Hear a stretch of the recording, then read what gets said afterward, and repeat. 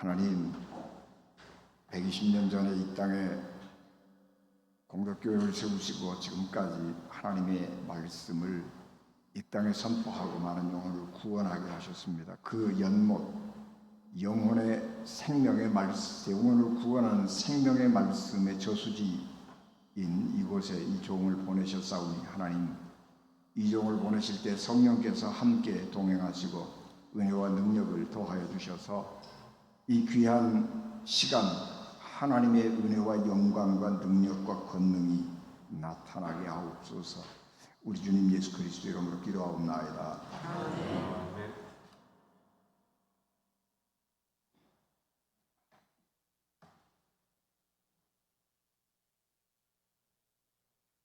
아멘. 오늘은 성령 강림주일이자 웨슬리 회심 기념 주일입니다. 우리는 감리교 웨슬리의 후예이기 때문에 존 웨슬리 목사님이 회심한 이날을 특별히 기념하고 또 우리가 그것을 계승해 가려고 노력을 많이 합니다. 웨슬리 목사님의 그 회심을 이야기할 때에 올드스게이트 거리에서 마음이 뜨거워졌다, 그런 것들을 이렇게 크게 이렇게 부각을 시키고 있는데, 이것을 부각시키는 것은 굉장히 중요한 일입니다. 왜냐 그러면 웨슬리 목사님은 어마어마한 독서광이거든요. 책을 엄청나게 많이 읽었던 분이고 굉장히 지성적이고 이성적이고 그런 머리가 차가운 사람인데 가슴이 뜨거워지는 체험을 했다라고 하는 것은 웨슬리의 신앙과 목회에서 굉장히 중요한 역할을 하고 있는 변화 사건이기 때문에 그렇습니다. 머리가 차가운 사람이 가슴이 뜨거운 경험을 했다라고 하는 것은 웨슬리 목사님이 단지 신학자가 아니라 그리스도의 사람으로 변화되었다고 하는 전환점을 나타내기 때문에 그렇습니다. 마태복음 11장 29절을 보면 예수께서 나는 마음이 온유하고 겸손하니 나의 멍에를 메고 내게 배우라, 그리하면 너희 마음이 쉼을 얻으리니, 그렇게 말씀했습니다. 예수님께서 이 말씀을 하시는 것은 굉장히 중요한 말씀인데, 왜냐 그러면 예수님이 나는 어떤 사람이다 라고 하는 것을 이렇게 잘 드러낸 말씀이 없기 때문입니다. 예수님께서 자기 마음을 얘기하시면서 나는 마음이 온유하고 겸손한 사람이다, 그렇게 말씀했습니다. 온유하다라고 하는 말은 따뜻하다, 부드럽다, 그런 말이잖아요. 예수님의 마음은 따뜻한 사람이고 마음이 부드러운 사람인 것입니다. 그런데 웨슬리 목사님은 머리가 차가운 사람이었는데 그 속에 예수님의 마음이 들어간 것입니다. 그래서 가슴이 따뜻한 사람으로 변화된 것입니다.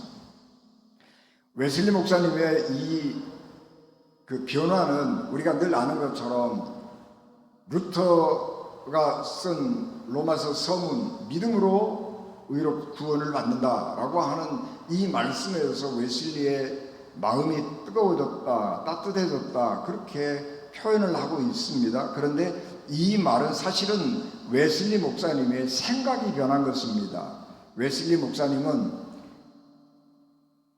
가톨릭이 가지고 있던 공적사상, 행위가 중요하다라고 하는 생각을 가지고 선한 일을 하는 일에 굉장히 열심을 다했고 그 일에 최선을 다했습니다. 그런데 그 마음속에 기쁨과 즐거움이 없는 거죠. 그런데 올더스게이트 거리에서 예배 드리면서 마음이 뜨거워지면서 생각이 변했는데, 사람에게 있어서, 하나님 앞에 있어서 사람에게 중요한 것은 행위가 아니라 예수 그리스도를 믿는 믿음이 중요하다라고 하는 것을 발견하게 된 것입니다. 그래서 행위에서 믿음으로 전환하는 것입니다.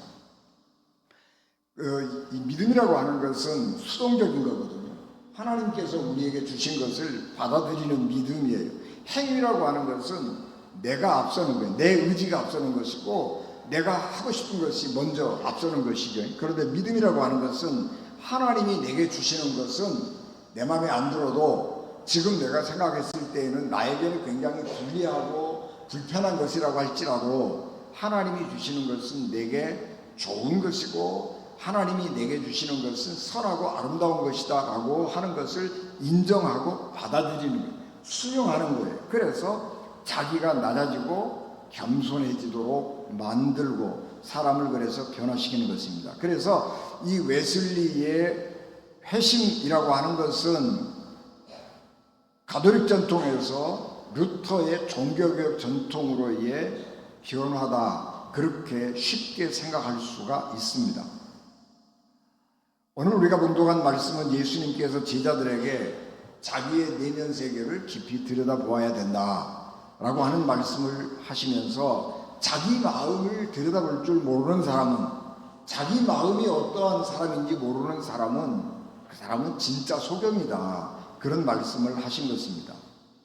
사람은 자기 자신을 모르죠. 내가 나를 잘 아는 것 같지만 사실은 자신을 잘 모르는 것입니다. 그래서 내가 모르는 것을 인정을 하고 내가 어떤 사람인가 하는 것을 알기 위해서 노력을 해야 되는 것이죠. 그리고 그 길로 인도하는 것이 복음이죠. 그런데 사람들은 예수 그리스도 안에 있으면서도 내가 어떤 사람인지를 잘 모릅니다. 내 마음속에 무엇이 자리 잡고 있는지를 모르는 것이죠. 그래서 다른 사람들의 잘못을 지적하는 데는 정말 논리적이고 아주 타당하고 합당하게 그렇게 잘 지적을 해서 어떤 경우에는 그 사람에게 수치심을 주기도 하고 또 어떤 경우에는 그 사람의 잘못을 교정할 수 있도록 하기도 하는 것입니다. 그래서 다른 사람의 잘못을 지적한다고 하는 것, 그것은 굉장한 능력이에요. 그런데 그 능력은 자기 자신의 영혼을 들여다보는 데에서도 발휘되어져야 한다, 그렇게 주님께서 말씀하시는 것입니다.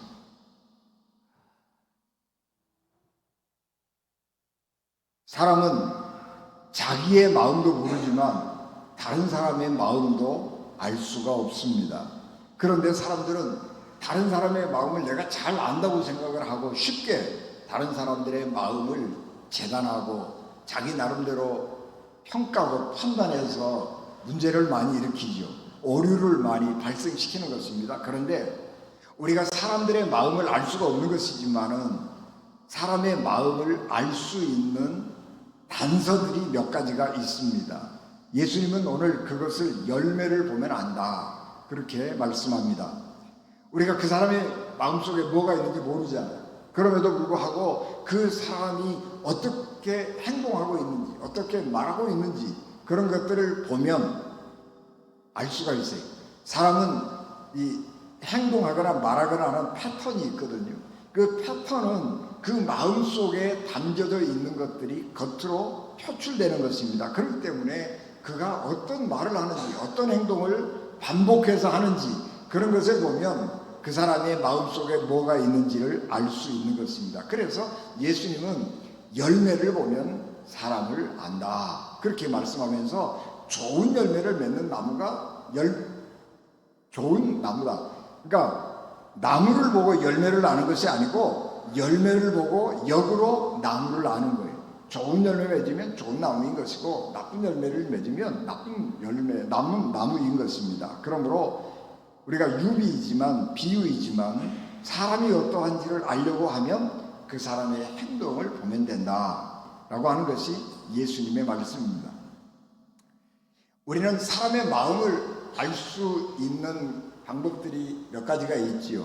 그러니까 열매가 뭐냐, 그 사람이 어떤 행동을 하느냐, 그런 것들인데 사람을 얼른 알아볼 수 있는 것 가운데 하나가 돈을 어떻게 쓰는가를 보면 알 수 있어요. 그 사람이 어떤 가치를 가지고 돈을 어디에다가 잘 쓰느냐, 그런 것을 보면 알 수 있는데 그거보다 더 중요한 것 두 가지가 있습니다. 첫째는 화가 났을 때 그 사람이 어떻게 행동하느냐, 그걸 보면 알아요.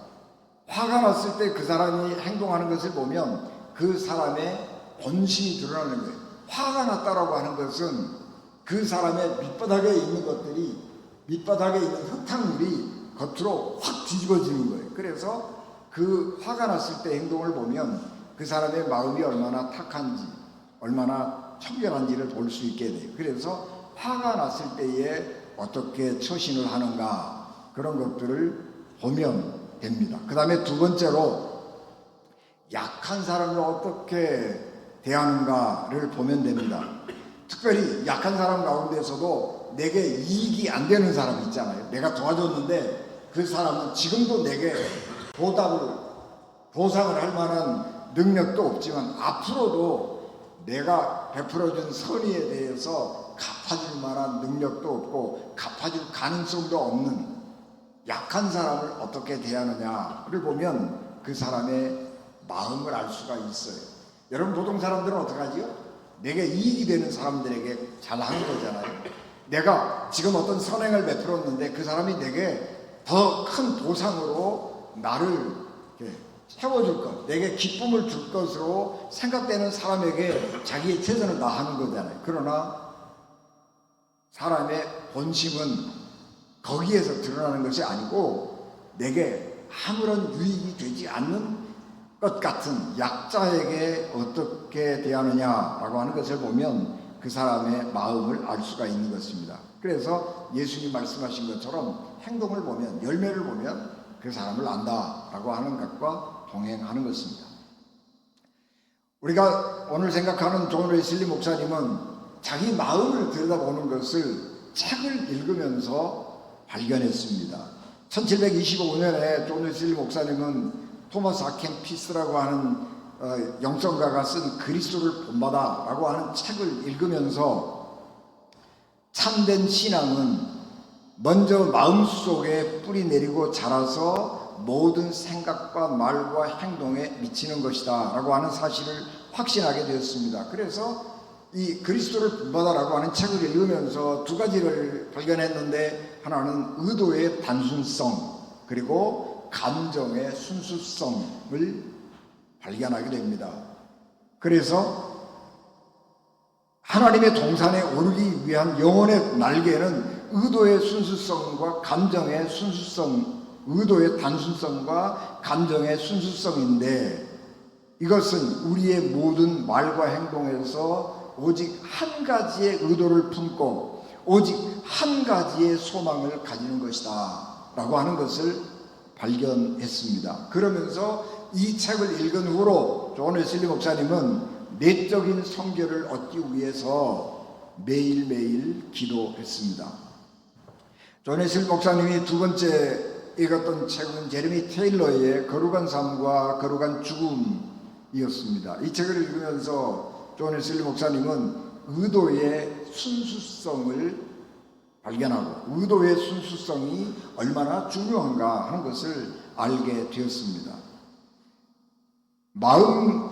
웨슬리는 마음과 의도와 태도와 행동에서 순수하고 완전하여 자기의 삶 전체를 하나님께 드려야 되겠다, 그런 결심을 이 책을 읽으면서 하는 것입니다. 그리고 세 번째는 윌리엄 로의 그리스도의 완전, 그리고 경건한 삶의로의 중대한 부르심이라고 하는 책을 읽으면서 내 생애 전체를 하나님께 봉헌해야 되겠다, 그런 결심을 하게 된 것입니다.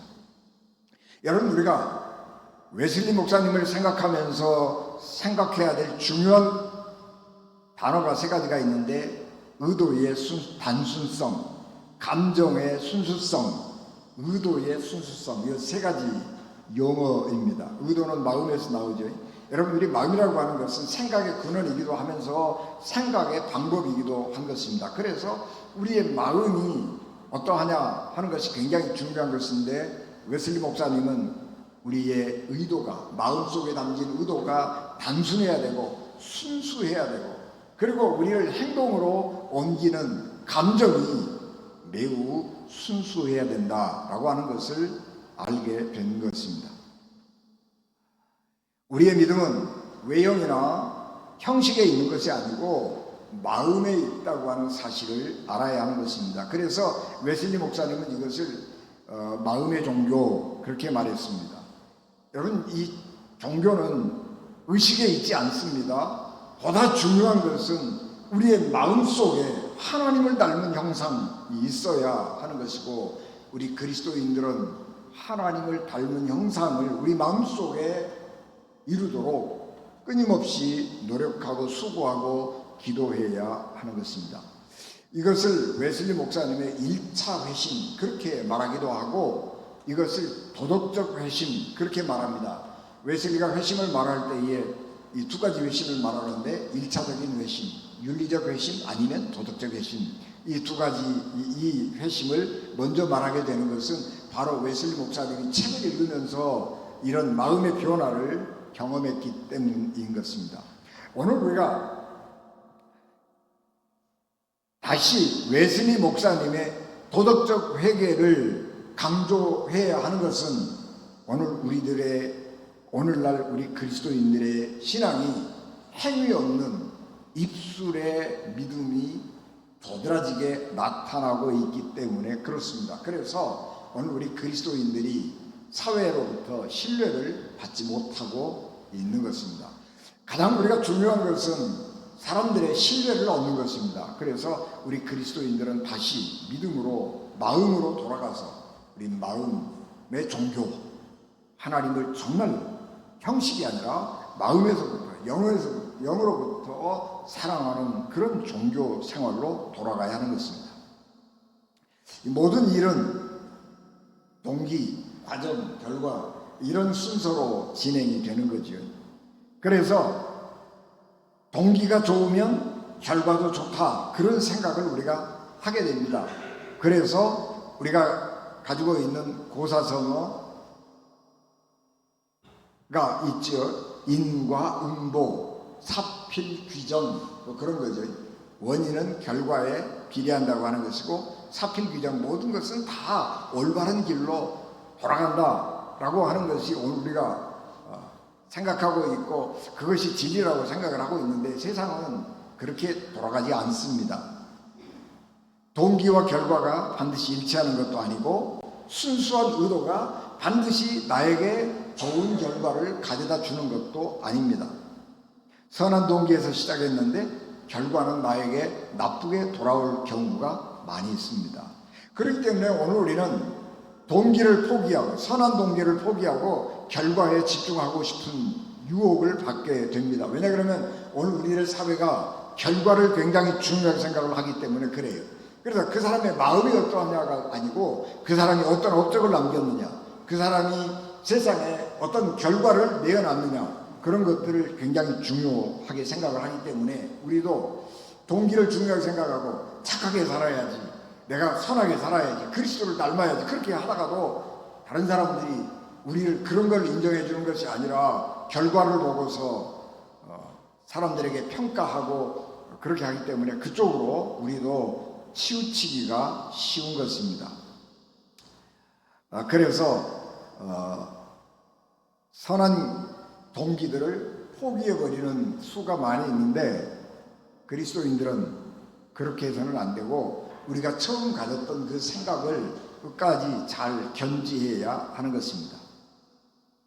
선한 원인이 선한 결과를 내게 가져다 주지 못할 때 우리는 감정적으로 격앙되기가 쉽지요. 실망하고 낙심하고 여러 가지로 다른 사람들에게 책임을 전가하고, 그래서 마음의 평화가 상실하는 거죠. 그래서 속이 부글부글 끓기도 하고, 제일 우리는 하나님께, 하나님, 세상에 어찌 그런 일이, 하나님이 어떻게 나한테, 내가 하나님을 위해서, 내가 교회를 위해서 얼마나 애쓰고 수고하고 노력하고 헌신하고 봉사했는데 하나님이 어찌 나를, 그런 원망이나 불평 이런 것들을 쏟아내게 되는데, 그래서는 안 된다라고 하는 겁니다.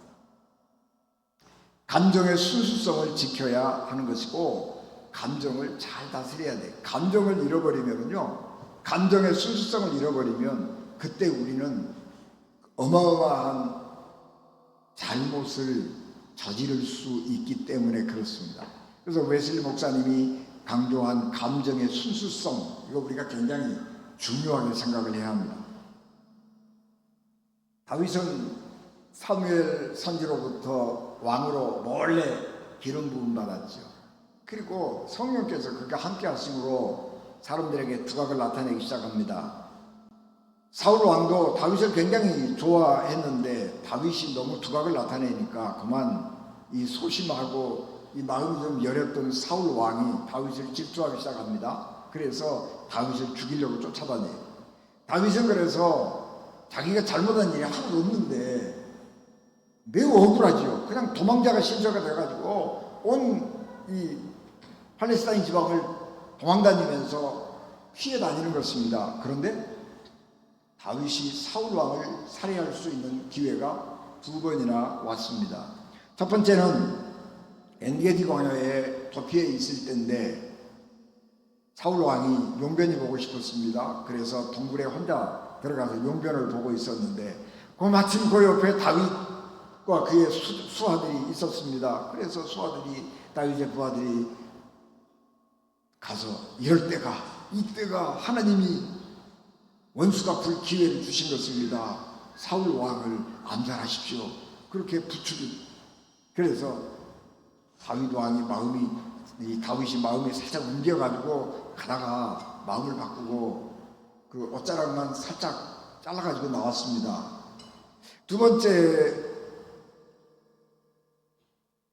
다윗이 사울 왕을 암살할 수 있는 기회가 광야 하길라 산에서 있었습니다. 깊은 밤중에 사울 왕이 다윗을 추격해 와서 광야에다가 진을 치고 있었는데 다윗이 사울 왕의 진지를 정탐을 갈 생각을 했습니다. 그래서 아비새라고 하는 두관을 내리고 사울 왕의 진지를 가서 정탐을 했더니 보초를 안 서고 모든 군인들이 다 돌아떨어져서 잠을 자는 거예요. 사울 왕이 머물러 있는 텐트에 들어갔는데도 부하들이 모르는 거예요. 왕도 모르는 거예요. 그래서 아비새가 다윗 장군에게 장군님, 이럴 때가 하나님 주신 기회입니다. 지금보다 암살할 수 있는 기회가 더 좋은 기회는 없습니다. 그리고 암살할 것을 부추겼지요. 그러나 다윗은 그때에 사울 왕을 해치지 아니하고 창과 물병만 들고 나왔습니다. 그리고 나서 사울 왕과 대화하면서 또는 군인 자기 부하들과 대화하면서 내가 사울 왕을 해치지 않는 이유는 두 가지 이유가 있다. 첫째는 그분은 왕이다. 우리나라의 왕이기 때문에 나는 그분의 직책을 매우 존중한다. 왕을 죽이는 것은 반역하는 것이고 역적이기 때문에 나는 안 한다. 그 다음에 두 번째는 이 사울 왕은 하나님이 기름 부어 세우신 분이다. 그렇기 때문에 하나님이 그를 기름 부어 세우시고 사용하신 분인데 내가 어떻게 하나님이 기름 부은 사람에게 손을 내서 그 사람을 살해할 수 있느냐. 나는 두 가지 이유 때문에 안 한다. 그렇게 이유를 내서 거절했습니다. 이 말은 세 번째 사건에서 나타나게 되는데 길보아 전투에서 사울 왕이 전사했지요. 그런데 그 주변에 있던 아말렉 청년이 사울 왕이 죽은 것을 보고 왕관과 팔찌를 빼가지고 다윗에게 와서 말합니다. 내가 이것을 얻었는데 이것은 사울 왕의 것입니다. 그러면서 사울 왕이 부상을 당해가지고 너무너무 힘들어서 나보고 죽여달라고 그래서 내가 사울 왕을 죽이고 이 전리품을 가지고 왔습니다. 그렇게 다윗에게 말을 합니다. 다윗의 원수인 사울을 죽였다고 하면 상받을 것 같은 생각 때문에 그 청년은 그렇게 좀 뻥인지 과장인지 하여튼 거짓말인지 그렇게 말을 했습니다. 이 말을 들은 다윗은 똑같은 이유로 네가 어찌 하나님이 기름 부은 자를 죽일 수 있느냐, 어찌 귀한 왕을 죽일 수 있느냐 그러면서 그 청년을 사형시키는 것입니다. 이렇게 보면 다윗 왕의 진정성이 거기에 드러나는 것입니다. 다윗은 말만 한 게 아니에요. 왕이기 때문에 하나님이 기름 부은 사람이기 때문에 그래서 하나님이 사용하는 사람이기 때문에 나는 절대로 손 안 댄다. 그 사람을 암살하지 않는다. 그렇게 원칙을 세우고 그 원칙을 따랐습니다. 그 원칙을 따랐기 때문에 다윗은 더 많은 고생을 했고 더 많은 도망자가 되어서 그 팔레스타인 지방을 방황했습니다. 그것이 다윗의 믿음이었고 다윗의 진정성이었습니다. 여러분, 우리가 의도가 순수하고 의도가 단순하다라고 하는 것은 의도의 그 사람의 진정성을 드러내는 것이죠. 다윗의 그 마음에 가졌던 생각의 진정성은 이렇게 두 번, 세 번의 똑같은 일을 반복되는 것을 통해서 드러나게 되는 것이고, 그런 점에서 사람들은 다윗이 왕이 되었을 때에 그를 더 신뢰할 수가 있게 된 것입니다. 믿음이란 그런 것입니다. 지금 우리에게 필요한 것은 의도의 순수성, 감정의 순수성, 의도의 단순성, 이 세 가지가 굉장히 중요한 것이고, 우리는 이 세 가지를 가지고 웨슬리 목사님이 말한 마음의 종교로 돌아가야 하는 것입니다. 우리는 결과를 따라서 우리의 마음을 바꾸지 말아야 합니다. 결과에 대한 부담을 내려놓아야 하는 것입니다. 세상은 결과를 중심으로 그 사람을 평가할지라도 우리는 세상의 그런 눈, 세상의 가치관, 그런 것을 내려놓고 하나님의 눈, 하나님의 관점으로 돌아가서 의도의 순수성, 의도의 단순성, 감정의 순수성, 그것을 끝까지 지켜나가야 하는 것입니다. 우리가 흔히 내려놓는다, 더 내려놓는다, 그런 얘기를 많이 하는데, 그것은 뭐냐 그러면 결과에 대한 부담감을 내려놓는다고 하는 거예요. 내가 이 일을 시작했기 때문에 반드시 나는 이런 결과를 얻어야 된다. 내가 원한 일을 시작할 때 나는 이런 목적을 가지고, 이런 목표를 가지고 시작했기 때문에 내가 어떤 사람인가 하는 것을 다른 사람들에게 입증하고 증거하고, 내가 능력 있는 사람이고 내가 탁월한 사람이라고 하는 것을 증거하고 나타내기 위해서 반드시 이 결과를 내가 가져와야 된다라고 하는 이 고집스러운 목표에 집착하는 생각을 내려놔야 돼. 아닐 수도 있는 거예요. 여러분, 성공한 사람들이요 100% 성공하지 않아요. 100번 시도했는데 한 번 성공하면 그 사람 성공한 사람이에요. 여러분, 근데 우리 같은 사람들이 내가 계획하고 꿈꿨다고 그 일이 다 되겠어요? 아니요. 또 어떤 경우에는 하나님이 막으시는 경우도 있어요. 그러니까 일을 내가 선한 의도를 가지고 열심히 했는데 안 되면 하나님 뜻이 아닌가 봐. 그리고 그냥 마음에 툭 내려놔야 돼. 그래야 마음이 편안한 거예요. 자기의 생각을 내려놓아야 하는 것입니다. 그리고 우리는 오직 하나님을 바라보면서 하나님이 주신 선한 마음을 끝까지 지켜야 하는 것입니다. 여러분, 우리가 처음 은혜 받았을 때 그 감격을 지켜가야 돼요. 처음 은혜 받았을 때 그 감격을 우리는 세상의 여러가지 풍파를 이렇게 겪으면서 그거를 버리잖아요.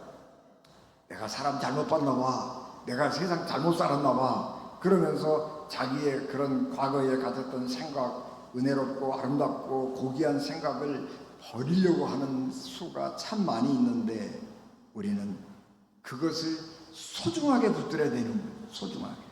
그리고 아까 얘기한 것처럼 결과에 대한 부담을 내려놔야 돼. 그때 우리는 마음의 평화도 얻을 수 있고, 우리 마음이 아직도 순수하고 정결하게 이 죄 많은 세상 가운데서도 유지할 수 있게 되는 것입니다. 그래서 세상 사람들이 우리 그리스도인들의 믿음의 그 진정성을 신뢰할 수 있게 될 것입니다. 하나님을 믿고 사랑하는 뜨거운 마음으로 인생을 살았던 웨슬리처럼 우리도 내 생각을 버리고 하나님의 은혜를 의지하고 끝까지 하나님께서 내게 은혜 주실 때에 주셨던 그 거룩하고 순결한 마음, 믿음의 진정성을 잘 지켜서 천국 하나님 보좌 앞에 이르시기를 주 예수 그리스도 이름으로 축복합니다. 기도하겠습니다. 은혜가 충만하신 아버지 하나님, 저희들에게 은혜를 충만하게 하시고 우리가 목표를 향하여 나갈 때에 우리의 하나님 주신 생각을 버리지 않도록 성령께서 도와주시옵소서. 우리 주님 예수 그리스도 이름으로 기도하옵나이다. 아멘.